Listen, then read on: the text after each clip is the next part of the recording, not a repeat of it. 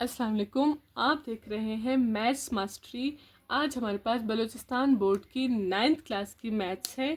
तो हमारे पास exercise number 1.1 को करने से पहले कुछ बेसिक डेफिनेशंस है जिन्हें समझना बहुत ज़्यादा ज़रूरी है। ये डेफिनेशन जो है वो हमें 1.1 एक्सरसाइज को सॉल्व करने में काफ़ी जो है वो हेल्पफुल रहेंगे। तो पहली डेफिनेशन हमारे पास जो है वो मैट्रिक्स की है। A matrix of an array of numbers which is closed by square bracket is called matrix। यहाँ पे हमारे पास जो है वो array का वर्ड इस्तेमाल हुआ है। इट्स मीन आपके पास जो है वो डिफरेंट टाइप की जो है वो वैल्यूज़ जो है वो एक स्क्वायर ब्रैकेट में लिखे जाएंगे। तो सबसे पहले मैं आपको कुछ एग्जांपल बताती हूँ। इस एग्जांपल से आपको जो है वो मैट्रिक्स के बारे में पता चल जाएगा। अगर हमारे पास मैट्रिक्स ए ले लें हम और यहाँ पर हमारे पास कोई वैल्यू हो लाइक 4, 5, यहाँ पे 6 और यहाँ पर 7 लिख ले, सॉरी कॉमा नहीं आएगा यहाँ पे। तो हमारे पास इसको हमने स्क्वायर ब्रैकेट में इनक्लोज कर दिया है, तो ये हमारे पास मैट्रिक्स हुआ। देन मैट्रिक्स जो है वो लाजमी नहीं कि हमारे पास यहाँ पर 4 ही वैल्यूज़ हों, हमारे पास 2 वैल्यूज़ भी हो सकती हैं। देन हमारे पास 4 भी हो सकती हैं, 6 भी हो सकती है हमारे पास। अब आप देखें हमारे पास यहाँ पर एक और मैट्रिक्स में लिख रही हूँ लाइक 3 and 2, ये हमारे पास एक मैट्रिक्स हुआ।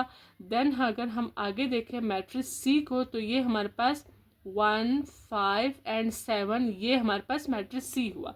तो कहने का मतलब ये है कि हमारे पास मैट्रिक्स जो है वो किसी भी शेप में हो सकता है।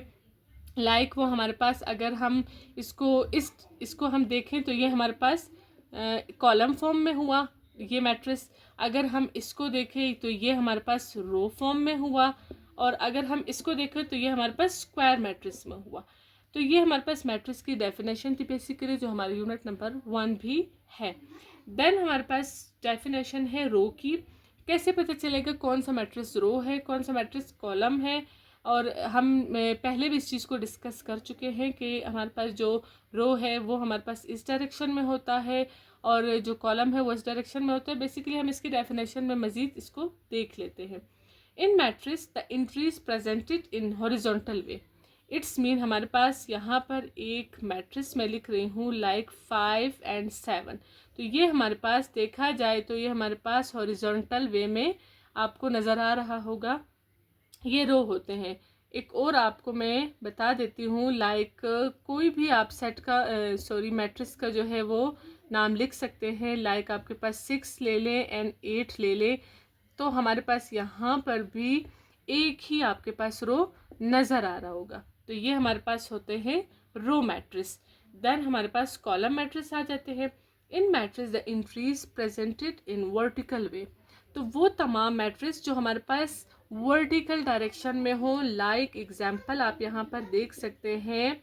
जस्ट 1 वैल्यू होती है, बट हमारे पास डायरेक्शन इसकी कैसे होती है आप यहाँ पे देख सकते हैं। इसकी डायरेक्शन आपको ऐसे नज़र आ रही होगी। तो ये हमारे पास कॉलम मैट्रिक्स हुआ, सिंगल वैल्यूज़ होती है यहाँ पर। देन हम कोई भी यहाँ पर जो है वो मैट्रिक्स का नाम दे सकते हैं। यहाँ पर हम लिख लेते हैं 7, यहाँ पे हमने लिखा 9।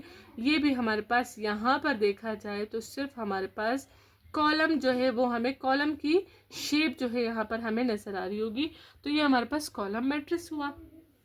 देन हम आगे जो है वो देखते हैं मज़ीद। हमारे पास जो लास्ट डेफिनेशन है वो मैट्रिक्स ऑर्डर की है, जो हमारे पास एक्सरसाइज नंबर 1.1 में ये तमाम डेफिनेशन जो है वो जो है काफ़ी हेल्पफुल रहेगी।